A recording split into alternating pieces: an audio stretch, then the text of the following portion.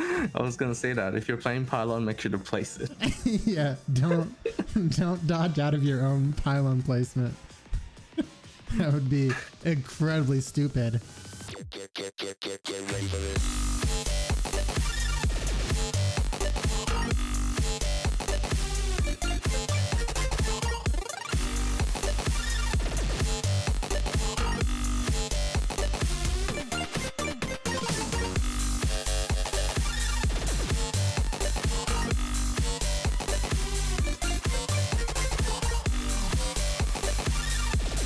Drop timings for the week, not super important in terms of his positioning, but very important in terms of Curse Lightning. Curse Lightning is, I think, the most important thing that you're looking for. Your drop timing, position comes second. The drop timing that both you and me used was pretty much you hit the pad at 51 seconds. If you're looking for a drop timing that avoids the Cursed Lightning for a longer period of time, if you wait until 1% danger and then 5 seconds after that and you drop, you should have like the most amount of time between when you drop and when Cursed Lightning lands. Yeah, pretty much. Builds for the week. We both rocked the same build this week. It was 6 Overpower, 6 Predator, 6 Rage Hunter, 3 Zerker, 3 Discipline, 3 Engineer, and 3 Wild Frenzy.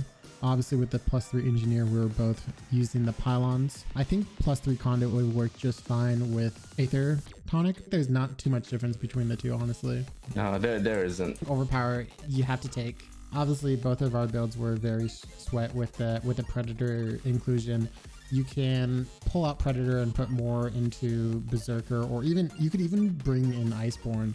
Lanterns, the real inclusion of Embermane Lantern is one, the attack speed makes it very easy for the timings that you need to hit right when you land, and then also the orbs help you with the part breaks. Once again, with the timings, you need to be able to break his legs right as soon as he's standing up after the second boop, and the Embermane Lantern definitely helps with that.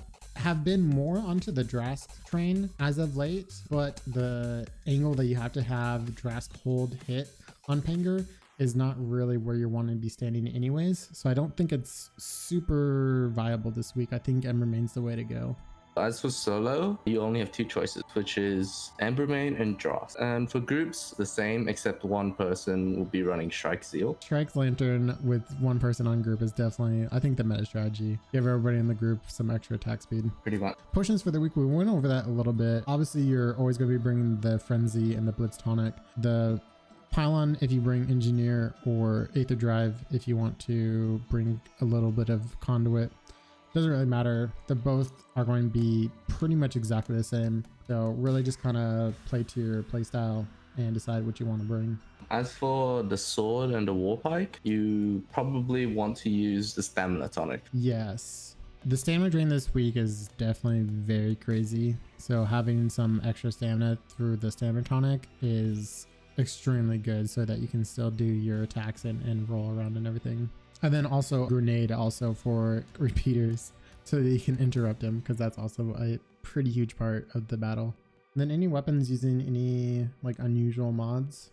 Repeaters is a bit different, where you would want to run the marksman chamber and put in precision sights via mod so you get that juicy damage. Yeah, I saw Maelstrom running that, and he was hitting for like, I want to say like 900 per hit if I remember correctly, which is pretty huge damage for repeaters. I was extremely impressed by that. Viable weapons for the week. We talked about it a little bit already. Pretty much every single weapon's viable. I've already seen Captain Maelstrom put up good times with axe, pike, repeaters. Striker's obviously super viable. Hammer's very viable. Chainblade's definitely viable. Sword. Oh, sword. Yeah, sword's definitely viable. Yeah, every single weapon super viable. Under 2-minute runs for everything. Go in with whatever you're most comfortable with. Mistakes in your run. We talked about this a little bit for you already. You just said that on your very last clap, you had to walk forward a couple steps to get your last mantra before clapping. Not a huge mistake, but I mean, yeah, my only mistake is the fact that I had to walk, and I really think that's it. on my run, I even called it out in my video, and it's also very obvious, but I didn't plant my first pylon. I dodged too early and did not get the plant down. That is a very big damage loss and probably was easily 5 to 10 seconds off of my time. Second mistake I made was getting hit by the cursed lightning. It wasn't super huge because it did bring me down to 47, so I got a pretty big attack speed bonus, but I did lose Predator for a good portion of the fight after that, and then just also some mantra upkeep. I messed up. I'll say one thing is yours. Where's the second part break? You're right. Yeah, I could have gotten that second one. That second one, it would have easily put me down to 43 very easily. Strategy inside the arena. The sweat strategy is boop him right off the bat, get a clap off, and refresh your mantras before he enrages, and then go set up for the second boop and over in the corner, and then get the second boop. And then after that, you're aiming to break both of his legs. As soon as he's done with the boop, he should pretty much die very soon after. Yeah, so as far as how I did it was with the 4-second wait, time the lightning so that it comes when he enrages. So as soon as you get in, you want to boop him straight away.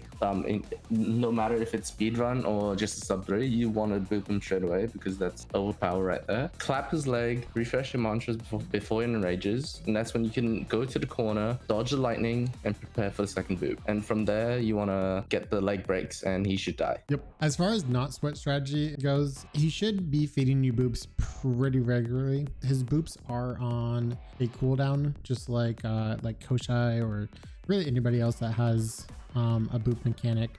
Their boop moves are on a cooldown, and so as long as you're moving yourself far enough away that he is able to do the boops, he should roll at you eventually. First of all, like when you get in, you can bait the boop straight away, and once he enrages, his moveset resets, so you can boop straight away again after enrage. Yeah, the whole aim of this trial is to bait the boops and keep him on the ground for as long as possible. The sweat strategy, you can keep him on the ground the entire time, but if you're struggling to keep him on the ground the entire time, bait the boops and wail away at him. Another important thing to mention that I don't think enough people still know about: Cursed Lightning only deals damage on the first strike and the third strike. The second lightning strike, you do not have to worry about. I always get this question is, shouldn't you use the Torg legendary ability? Well, most of the time it's not worth it unless you're on weapons like repeaters or warpike. Just the damage output from the other weapons such as strikers, hammers, and chain blades, it's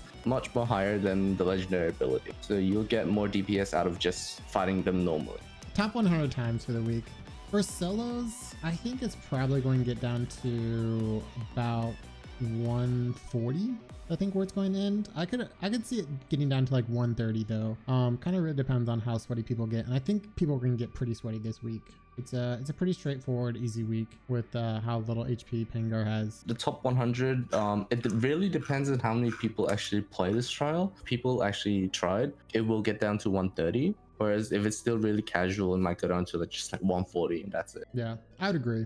For groups, for top 100, I'm going to actually be really aggressive with this one. I'm going to say sub 1 minute. That's not aggressive. That's actually realistic. Okay. Because Pangar groups, it's just way too easy. I'll just stick to sub 1 for now because again, it depends on how many people actually do this trial or want to push for it. Top 5 for solos, sub 40 seconds. Seeing as the strat is like out there and it's not too hard to pull off, it's gonna be 40 seconds or less. Top 5 for groups, I would say sub 25. Yeah, I was gonna say it was gonna be 25 seconds or less. For top time for groups, probably 20 seconds, 21 seconds is attainable. Right now it's 22 seconds. That's probably pretty close to what it's going to be.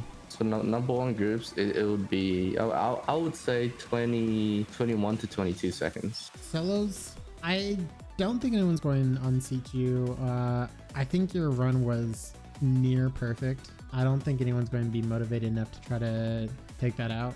Perfect run, good crit RNG, 35 seconds is possible, 36 seconds is definitely possible. For top time solos, if anyone is actually motivated to push it with good RNG, you would get 35 to 36.